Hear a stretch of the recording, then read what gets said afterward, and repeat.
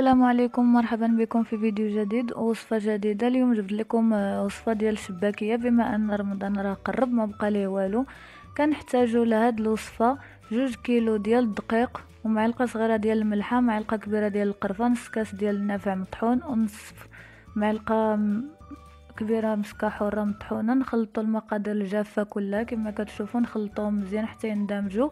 نضيفوا ليهم 2 لايف زنجلان مطحون، 2 كؤوس ديال زيت الزيتون، وربع كاس ديال الخل، ونص معلقه كبيره ديال الخميره الطريه، ومعلقه صغيره ديال الزعفران مذوب في الماء. الزعفران الحور من الاحسن يكون الزعفران الحور، ندوبوه في الماء. هذه شباكيه كتجي رائعه ومعلكه وهشيشه، كتجي رائعه جدا. ولا جربتوها ما غاديش تخطاو هاد الوصفه دي، ما غادي تبقاو ديروها. كنديروا الزعفران، نص كاس ديال الماء دافي، كاس ديال الزبده مذوبه، وكاس ديال الماء زهر، ونخلطو مزيان. نخلطو المقادير مزيان، ونضيفو 4 ديال البيضات. من بعد ملي كنكملوا المقادير كلها، كنجمعوا الخليط كله حتى كيتجمع لينا كتشكل لينا عجينه كما كتشوفوا. ضروري يعني نبقاو نضيفو في الاول، نبقاو نضيفو البيض وحده وحده، ما نديروهمش كاملين على حسب يعني باش تجمع لينا العجين بطريقه مزيانه. وانا كنقول لكم بلي هاد الطريقه الا جربتوها راه غادي ما تستغناوش عليها، وديما غادي تبقاو ديروا هاد العجين ديال الشباكيه، حيت فعلا رائع جدا، كتجي شباكيه هائله. من بعد كنبقاو نضيفوا الماء الا خاصنا، كنضيفوه واحد شويه، يعني شويه شويه حتى كتجمع لينا العجينه. وكندلكوها وكنقطعوها، يعني كنقسموها لمربعات، عفوا ماشي مربعات، يعني كنديروا كويرات ونقسموهم باش تجينا سهله.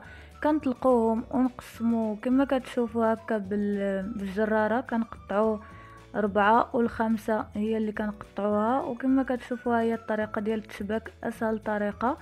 هي في الفيديو راه طريقه سهله وكتجي زوينه بزاف.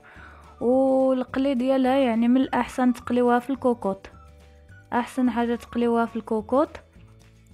ومن بعد كنديروا من الاحسن العسل، يعني ماشي العسل ديال السكر، الا بغيتو زعما شباكيه زوينه وزعما يعني فيها مقادير زوينين. صافي كما كتشوفوا كنديروها كتقلى.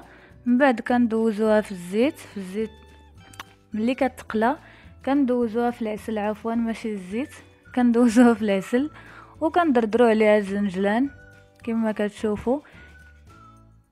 يعني هذه طريقه رائعه جدا لتحضير الشباكيه وسهله، وكتجي في المذاق هائله.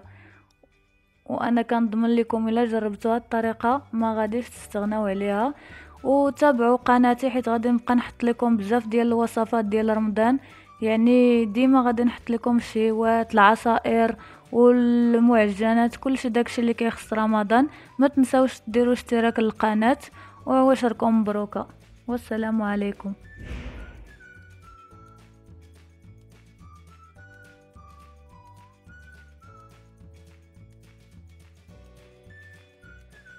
لايك ازرق للوصفه اذا اعجبتكم، اشترك في قناتنا ليصلكم الجديد. اشتراككم في القناه يساعدنا.